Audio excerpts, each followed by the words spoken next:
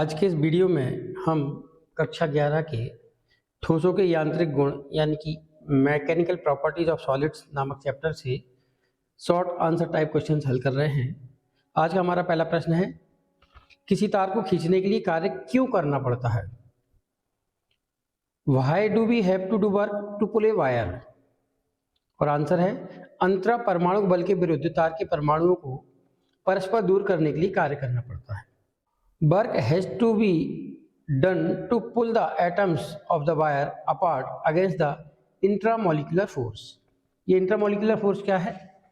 तो जब कोई पदार्थ किसी तार के रूप में होता, मान लीजिए कॉपर का वायर है, तो कॉपर के एटम्स एक निश्चित दूरी पर व्यवस्थित होते हैं और उस निश्चित दूरी पर जब व्यवस्थित होते हैं तो सभी एटम्स के बीच में अंतरा परमाणु बल यानी इंट्रामोलिकुलर फोर्स लगता है, जिसकी वजह से उनकी व्यवस्था बनी रहती है। जब हम इस तार को पुल करेंगे, खींचेंगे, तो ये सारे परमाणु एक दूसरे से दूर हटेंगे और दूर हटने की प्रक्रिया में ही हमें उनके इंट्रामोलिकुलर फोर्स के विरुद्ध कार्य करना पड़ता है। दूसरा प्रश्न है, किसी तार को खींचने में किए गए कार्य का क्या होता है? What happens to the work done to pull a wire? Answer है, तार को खींचने में किए गए कार्य उसकी प्रत्यास्थ स्थितिज ऊर्जा के रूप में संचित हो जाता है। The work done to pull a wire is stored as its elastic potential energy। क्योंकि जब हम किसी तार को खींच के लंबा करेंगे तो किसी ना किसी बल के विरुद्ध हमने कार्य किया है। हमने जो कार्य किया है वो विरूपक बल यानी कि डिफॉर्मेशन फोर्स के द्वारा किया है, और जिस फोर्स को हमने अप्लाई किया है वो उनके इंट्रामोलिकुलर फोर्स के अपोज में लगा था। क्योंकि वर्क यानी कि कार्य भी एनर्जी का ही एक रूप है और एनर्जी को नष्ट नहीं किया जा सकता, उसे स्टोर या संचित किया जा सकता है, इसलिए वो प्रत्यास्थ स्थितिज ऊर्जा के रूप में यानी इलास्टिक पोटेंशियल एनर्जी के रूप में संचित हो जाता है। थर्ड प्रश्न है, किसी तार को बार बार मोड़ने पर वह गर्म हो जाता है, क्यों? If a wire is bent repeatedly it becomes hot, why? Answer है, तार को बार बार मोड़ने पर उसमें उत्पन्न विकृति प्रत्यास्थता की सीमा के बाहर हो जाती है, जिससे तार को मोड़ने में किया गया संपूर्ण कार्य उसकी प्रत्यास्थ स्थितिज ऊर्जा के रूप में संचित नहीं हो पाता है, फलस्वरूप तार गर्म हो जाता है। When the wire is bent repeatedly, the deformation produced in it goes beyond the limit of elasticity, due to which the entire work done is in bending the wire is not stored in the form of its elastic potential energy. As a result, the wire becomes hot। जैसे अभी हमने पिछले प्रश्न में देखा था कि जो भी हम कार्य करते हैं तार को खींचने में, वो उसकी इलास्टिक पोटेंशियल एनर्जी के रूप में स्टोर हो जाता है, परंतु इस तार को यदि बार बार बेंड करेंगे तो इतनी जल्दी होने के कारण से ये सारा का सारा वर्क डन उसकी इलास्टिक एनर्जी के रूप में, इलास्टिक पोटेंशियल एनर्जी के रूप में स्टोर नहीं हो पाएगा। जो स्टोर हो गया वो तो होगा, जो शेष कार्य यानी एनर्जी है वो उस तार को गर्म बना देती है। ये इसका आंसर है। फोर्थ प्रश्न, तांबा, लोहा, कांच और रबर को प्रत्यास्थता के बढ़ते क्रम में लिखिए।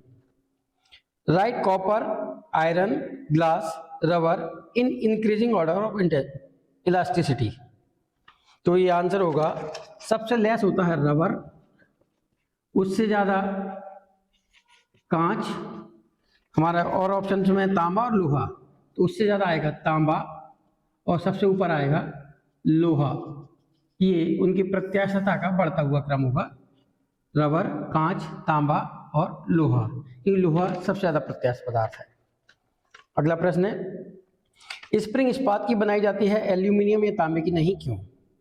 Spring is made of steel and not of aluminium और कॉपर, व्हाई? इस्पात का यंग प्रत्यास्थता गुणांक अधिक होता है, इसीलिए स्टील की ही स्प्रिंग बनाई जाती है, एल्यूमिनियम या तांबे की नहीं, क्योंकि उन दोनों की प्रत्यास्थता गुणांक इस्पात की तुलना में कम होते हैं।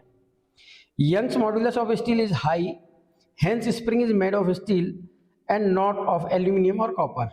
तो लोहा यानी स्टील, जिसे हम इस्पात भी कहते हैं, इस्पात या स्टील दोनों एक ही शब्द है, हिंदी और इंग्लिश का अंतर है। इसी से हम किसी स्प्रिंग को बनाते हैं क्योंकि इसका यंग मॉड्यूलस सबसे ज्यादा होता है। जो प्रश्न में हमने दो चीज दी है, कॉपर और एल्यूमिनियम, तो उनका यंग मॉड्यूलस कम है, इसलिए उनके स्टील की तुलना में बनाए हुए स्प्रिंग सक्सेसफुल नहीं होंगे, और सही स्प्रिंग बनाना है तो हमें इस्पात या स्टील का ही उपयोग करना होगा। अगला प्रश्न है, किसी तार पर 1 किलोग्राम भार लटकाने पर यदि उसकी लंबाई में 1% की वृद्धि होती है तो उसकी अनुदैर्ध्य विकृति का मान कितना होगा? If the length of a wire increases by 1% on hanging a weight of 1 kg on it, then what will be the value of its longitudinal strain? प्रश्न में बोला है 1% की वृद्धि होती है। 1% का मतलब होता है 1/100। इसका मतलब हुआ कि लेंथ में इंक्रीज यदि 1 है, 1 यदि हम यूनिट में बोले 1 सेंटीमीटर, तो इनिशियल लेंथ रही होगी 100 सेंटीमीटर, या 1 मीटर की वृद्धि हो रही है तो इनिशियल लेंथ रही होगी 100, और change in length upon initial length is called longitudinal strain यानी अनुदैर्ध्य विकृति। इसलिए अनुदैर्ध्य विकृति का मान 1/100 होगा, जो कि हमारा इसका उत्तर होगा। प्रश्न, किस परिस्थिति में प्रत्यानयन बल का मान बाह्य बल के मान के बराबर होता है? Under what condition is the value of restoring force equal to the value of external force? उत्तर है, जब वस्तु में उत्पन्न विकृति प्रत्यास्थता की सीमा में होती है तब प्रत्यानयन बल का मान बाह्य बल के मान के बराबर होता है। When the deformation produced in the object is within the limit of elasticity, then the value of restoring force is equal to the value of external force. जब भी हम प्रत्यास्थता संबंधी किसी भी प्रश्न का उत्तर लिखते हैं तो हम हमेशा सबसे पहले एक शब्द का उपयोग करते हैं, प्रत्यास्थता की सीमा में।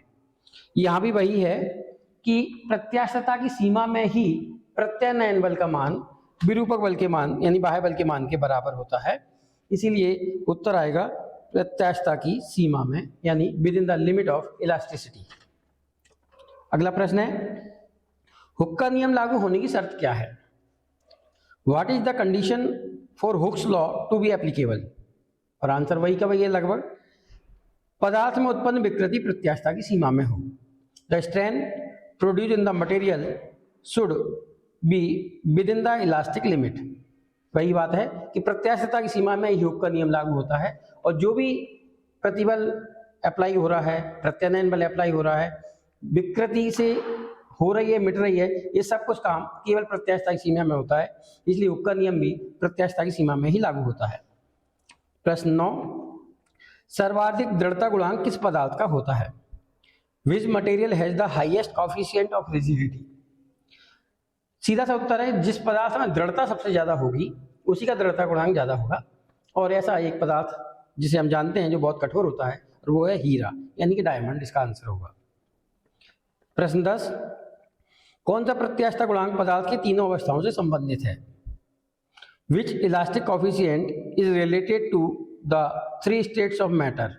पदार्थ की 3 अवस्थाएं होती हैं, ठोस, द्रव और गैस, और तीनों अवस्थाओं में एक कॉमन गुण है कि पदार्थ में आयतन यानी वॉल्यूम पाया जाता है। इसीलिए यहाँ आंसर होगा आयतन प्रत्यास्थता गुणांक यानी कि बल्क मॉड्यूलस। प्रश्न 11, किसी पदार्थ की प्रत्यास्थता पर ताप का क्या प्रभाव पड़ता है? What is the effect of temperature on the elasticity of a substance? Answer है, ताप बढ़ाने पर पदार्थ की प्रत्यास्थता घट जाती है। On increasing the temperature the elasticity of the substance decreases. ये प्रत्यास्थता को प्रभावित करने वाला एक कारक भी है कि ताप बढ़ाने से किसी भी पदार्थ की इलास्टिसिटी यानी पदार्थ की प्रत्यास्थता घटती है। प्रश्न 12, किसी पदार्थ में अशुद्धि मिलाने पर उसकी प्रत्यास्थता पर क्या प्रभाव पड़ता है? What is the effect of adding impurity to a substance on its elasticity? Answer है, किसी पदार्थ में अशुद्धि मिलाने पर उसकी प्रत्यास्थता कम भी हो सकती है और अधिक भी। यह अशुद्धि की प्रकृति पर निर्भर करता है। On adding impurity to a substance its elasticity में डिक्रीज और increase, it depends on the nature of impurity. यानी अलग अलग तरह की अशुद्धि मिलाने से एक ही पदार्थ की प्रत्यास्थता अलग अलग प्रकार से परिवर्तित हो सकती है। सामान्यतः प्रत्यास्थता घट जाती है, परंतु ये निश्चित आंसर नहीं होगा क्योंकि वो अशुद्धि की प्रकृति पर निर्भर करता है कि प्रत्यास्थता घटेगी या बढ़ेगी। प्रश्न 13, प्रत्यास्थता की दृष्टि से किसी पर्वत की अधिकतम ऊंचाई कितनी हो सकती है? What can be the maximum height of A mountain from the view point of elasticity? किसी पर्वत के द्वारा पृथ्वी के एकांक क्षेत्रफल पर लगने वाला बल अर्थात दाब की वैल्यू होती है 30 × 10⁷ न्यूटन पर मीटर स्क्वायर। और हम जानते हैं दाब का फॉर्मूला होता है P = एच रो जी। पृथ्वी पर जो चट्टानें पाई जाती हैं उनका औसत घनत्व है 3 × 10⁻³ किलोग्राम पर मीटर क्यूब। जी ग्रेविटेशनल एक्सेलरेशन है जिसकी वैल्यू लगभग में हम मान सकते हैं 10 मीटर पर सेकेंड स्क्वायर। यदि इस फॉर्मूले से हम इसको सॉल्व करेंगे तो एच का फॉर्मूला आएगा H = P/ρg। तो 30 × 10⁻⁷/3 × 10⁻³ × 10 कटपिट के आता है लगभग में 1, 1 0 कैंसिल हो जाएगा, 3 और 4 7, 3 4 0 बचेंगे, तो मीटर्स H। तो H लगभग बराबर 10 किलोमीटर। यानी पृथ्वी पर स्थित किसी भी पर्वत की अधिकतम संभव ऊंचाई लगभग 11 किलोमीटर हो सकती है, जो कि माउंट एवरेस्ट की है लगभग 11 किलोमीटर। इस तरह से आज के इस वीडियो में हमने कुछ प्रश्न हल किए हैं। शेष प्रश्न हम अगले वीडियो में हल करेंगे। तब तक के लिए पढ़ते रहिए, आगे बढ़ते रहिए।